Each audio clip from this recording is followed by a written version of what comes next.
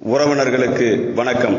இன்று 13/11/2016 அன்று தமிழகம் முழுவதும் 19 மாவட்டங்களில் 109 இடங்களில் சீர்மரபனர் மக்களின் கோரிக்கைகளை வலியுறுத்தி சீர்மரபனர் நலச்சங்கம் மற்றும் சீர்மரபனர் சமுதாய அமைப்புகளின் ஆதரவோடு நடத்தும் இந்த அரசியல் சார்பற்ற ஒருநாள் அடையாள உண்ணாவிரதத்தின் நோக்கம் 3. 1. சீர்மரபனர் மக்களின் நீண்ட நாட்களாக நிலுவையில் உள்ள நியாயமான கோரிக்கைகளை மத்திய மாநில அரசுகளின் கவனத்திற்கு கொண்டு செல்வது. 2.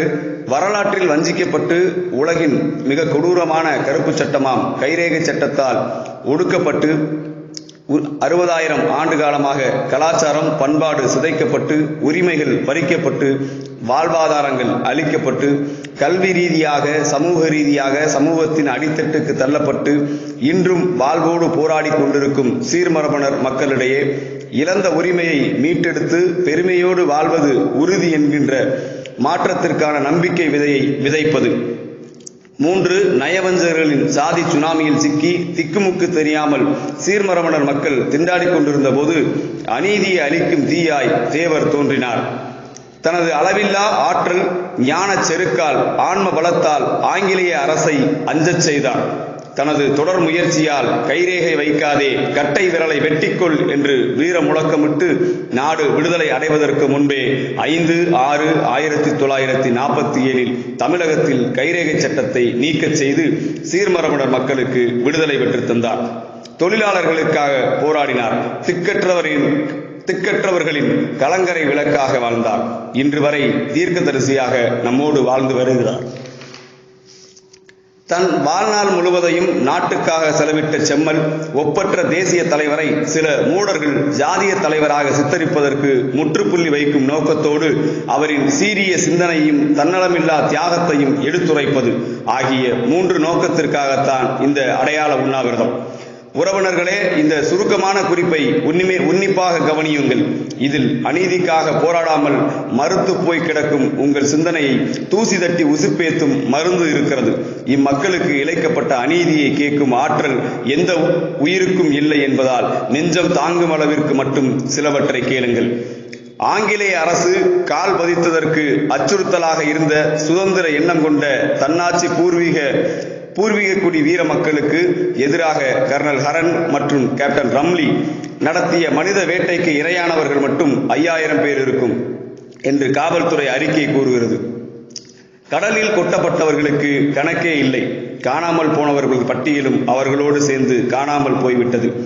தேயிலை தோட்டம், கரும்பு தோட்டம், கல்குவாரி, ரயில் திட்டம், கடல் பாலங்கள் போன்ற கடினமான உழைப்பிற்கு கொத்தடிமைகளாக பயன்படுத்தப்பட்டவர்கள் உலகம் முழுவதும் இப்படி எண்ணற்ற அதினிகளுக்கும் சோக சுகடுகளுக்கும் ஆதாரமாக திகழ்ந்து கொண்டிருப்பவர்கள்தான் சொந்த மண்ணிலேயே வேறு அறுக்கப்பட்டு இன்றும் உறவுகள் துண்டிக்கப்பட்டு கனத்த இதயத்தோடு வாழ்ந்து கொண்டிருக்கும் நம் சொந்தங்கள். அசீஸ் நகர், பம்மல் மற்றும் ஓட்டேரி செட்டில்மெண்ட் சீர்மரபனர் மக்கள். இம்மக்களுக்கு எதிராக இழைக்கப்பட்ட முதல் அநீதி இம்மக்களின் 60,000 ஆண்டு பாரம்பரியத்தில் விளைந்த இம்மக்களுக்கு வீரத்திற்கு வேறாகவும் விதையாகவும் விளங்கிய வளைத்தடி என்கின்ற வீர வாளை அபாயகர ஆயுத ஒழிப்பு சட்டத்தின் மூலம் பறித்து எரித்து அளித்ததுதான். பின்பு இவர்களின் பூர்வீக தொழிலான காவல் தொழிலை அரிக்கும் பொருட்டு 1813ஆம் ஆண்டு காவல்துறை ஒழிப்பு சட்டம் கொண்டு வந்தது. ஆனால் இம்மக்கள் அடிபணியவில்லை. 1857ஆம் ஆண்டு நடைபெற்ற முதல் சுதந்திர போர் எழுச்சி பெறுவதற்கு இப்பூர்வீக குடி மக்களே காரணமாக இருந்தனர். அதன்பின் 1861 கொண்டு வந்த போலீஸ் சட்டம் தான் இம்மக்களுக்கும் அரசுக்குமான நேரடி மோதலுக்கு காரணம். இருப்பினும் மேற்படி சட்டத்தின்படி மதுரை நகரின் முதல் காவல் நிலையமான விளக்குத்தூண் காவல் நிலையமும் மாவட்ட காவல் கண்காணிப்பாளரும் 1914 வரை கீழக்குயில்குடி கள்ளர்களுக்கு காவல் கூலி கொடுத்து வந்தது வரலாறு. இதுபோன்று இந்தியா முழுவதும் வீரகுல மக்களை ஒடுக்க நினைத்த போது அவர்கள் நினைவுக்கு வந்தது 1835 வில்லியம் பெண்டிங் ஆட்சி காலத்தில் தகி கொள்ளையர்கள் உருவாக்கப்பட்டு சிலிமேன் அதற்கு கண்காணிப்பாளராக நியமிக்கப்பட்டு 1850க்கு முன்பாகவே 1400க்கும் மேற்பட்ட தகி கூட்டம் கொன்று குவிக்கப்பட்டது. அதேபோன்று இவர்களையும் ஒழிக்க போட்ட திட்டம்தான் 1871 வடமேற்கு மாகாணத்தில் போடப்பட்ட குற்றப்பழங்குடி சட்டம். அது 1896 மேலும் கடுமையாக்கப்பட்டது. 1908 செட்டில்மெண்ட் குடியிருப்பு சட்டம் கொண்டுவரப்பட்டு பல கட்டாய அடிமை குடியிருப்புகள் உருவாக்கப்பட்டது. அதன்பின் 1911 அச்சட்டம் மேலும் கடுமையாக்கப்பட்டு நாடு முழுவதும் கொண்டுவரப்பட்டது.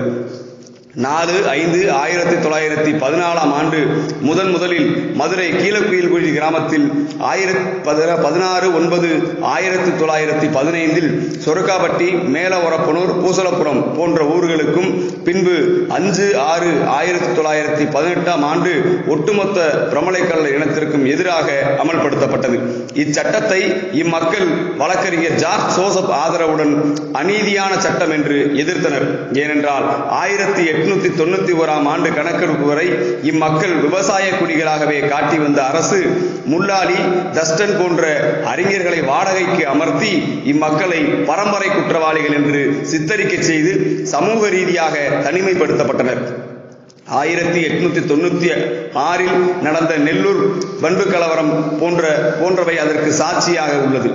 இந்த அநீதியான சட்டத்தை செயல்படுத்திய ஆங்கிலேய பேரரசை எதிர்த்து போர் புரிய திட்டமிட்டனர். விளைவு 3/4/1920 பெருங்காமநல்லூர் விடுதலை போரில் பல வீரர்கள் கொன்று குவிக்கப்பட்டனர். உண்மைகள் மறைக்கப்பட்டன. நீதி விசாரணை கூட மறுக்கப்பட்டன.